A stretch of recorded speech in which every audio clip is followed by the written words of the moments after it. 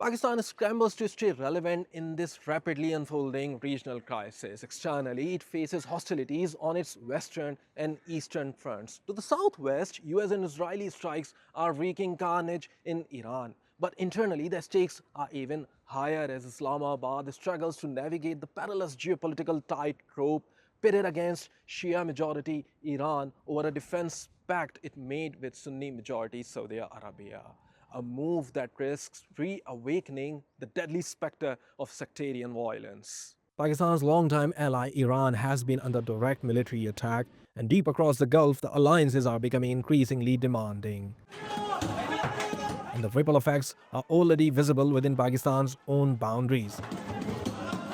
Pakistan has stakes on all sides. It shares a long, porous, and sometimes volatile border with Iran. At the center of the strain is a defense pact with Saudi, a deal that entails that an attack on one is an attack on the other, signed as a diplomatic win right after Israeli strikes hit the heart of Qatar. But the situation has pivoted fast now as Iran retaliates against US-Israeli interests in the Gulf, including in Saudi Arabia. That treaty is on the verge of being triggered. One would assume that probably Pakistan didn't consider or didn't expect that it would be activated so soon, and that it would have sort of that it would have significant consequences, that it might even be forced by Saudi Arabia to take a stronger stance with Iran. The assassination of the Irani Supreme Leader Ayatollah Ali Khamenei already sparked a violent reaction. In cities like Karachi and Islamabad, protests left at least 21 people dead. It is a stark reminder of how deeply events in Iran resonate within Pakistan, with one of the largest Shia population outside Iran.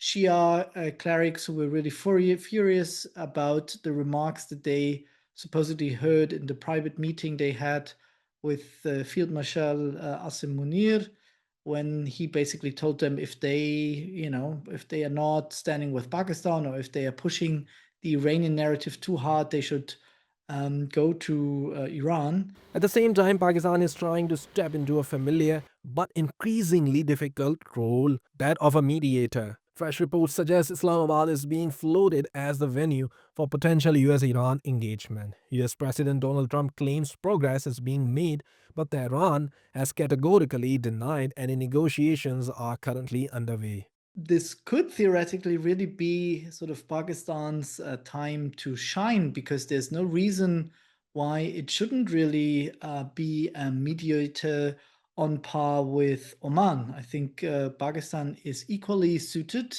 It has very strong ties with the US, even though the ties are complicated and are often strained, but they are there. For Islamabad, the challenge is no longer theoretical. Can it maintain strategic ties with Saudi Arabia without alienating Iran? Can it engage with Washington without being seen as an accessory against Tehran? And crucially, can it manage the blowback domestically? The Gulf countries, they do have a very effective missile defense system, and they very effectively shooting down Iranian drones and Iranian ballistic missiles. And currently, Pakistan doesn't have that capability to defend itself against any Iranian missile or drone onslaught. So things are not as simple as many strategic analysts portray in their assessment. Pakistan has walked this thin line before, trying to balance only to see the bloody proxy wars bloom on its own soil. But this time, the conflict is bigger, deadlier, and far more unpredictable. Whatever happens next may not just define Pakistan's role in the region, but test its very stability at home.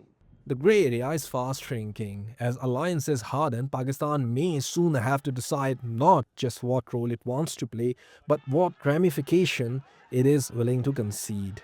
Beyond diplomacy and the military strategies, the choices that Pakistan makes in the coming days will reverberate in communities and cities already scarred by sectarian violence. If Islamabad is indeed a venue for talks, Pakistan could emerge as an unlikely hero of this conflict, but with front lines closing in, this hope might just be wishful thinking. This is Hunain Amin, Saudara Network, Islamabad.